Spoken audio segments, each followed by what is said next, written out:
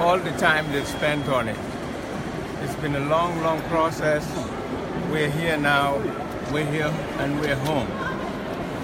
3 years have now passed since the early morning of December 30th, 2014, when a group of Gambian patriots attempted with purpose and principle to overthrow the illegitimate tyrannical regime of Yahya Jammeh. We paid a heavy price in the loss of 3 of our compatriots, Colonel Lamin Sane, Captain Jaga Jan, and Alaji Jaja Nyas. We are home today to our beloved homeland to pay tribute to these valiant men. We return to commiserate with their families and their loved ones. We return to pay our respects to all those who, before and after that date, fought for an end to the 22 years of Jammeh's rule. We return to offer condolences to the families of those Gambians who, since 1994, have lost their lives during the struggle for freedom. We return to sympathize with the many victims left in the wake of that odious regime. We return home as but ordinary Gambians. There is nothing special about us.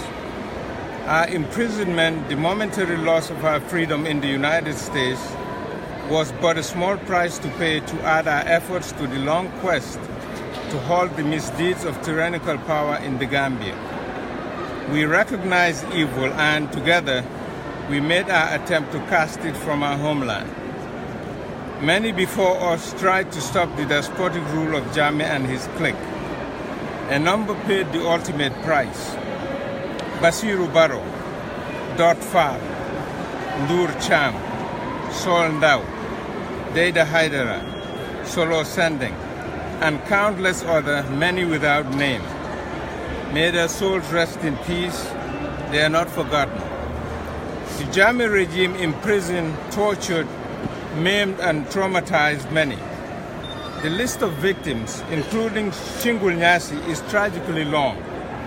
So let it be known that these, the victims, are in truth the real heroes.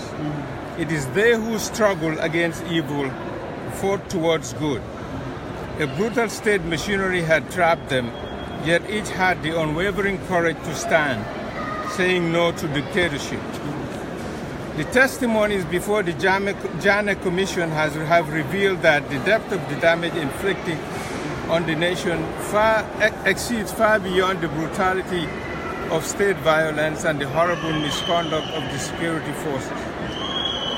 We are speaking of the theft of public funds in staggering amounts, so much so as to undermine the economic viability of the nation, imperiling the future of its young people. We are, as a whole, all victims of Yahya Jammeh. But Jammeh did not emerge out of a vacuum. He was in some ways a product of and a symptom of our present society. He was enabled time and time again. We cannot pretend to indict him and, at the same time, absolve ourselves of our ruinous mistakes. We meant to suggest that citizenship naturally makes certain demands of us, chief among them our personal responsibility and the duty to hold each other accountable. So as we reunite with our families and fellow citizens after Jammeh, we must re-examine the makeup of the Gambian character in order to better see our mistakes. Tyranny, after acquiring the tools of violence, capitalized upon our fear and apathy. We, in other words, permitted evil to solidify its power, allowed evil to get a better grip upon our bodies. This must not happen again, or to put it better, we must not let it happen.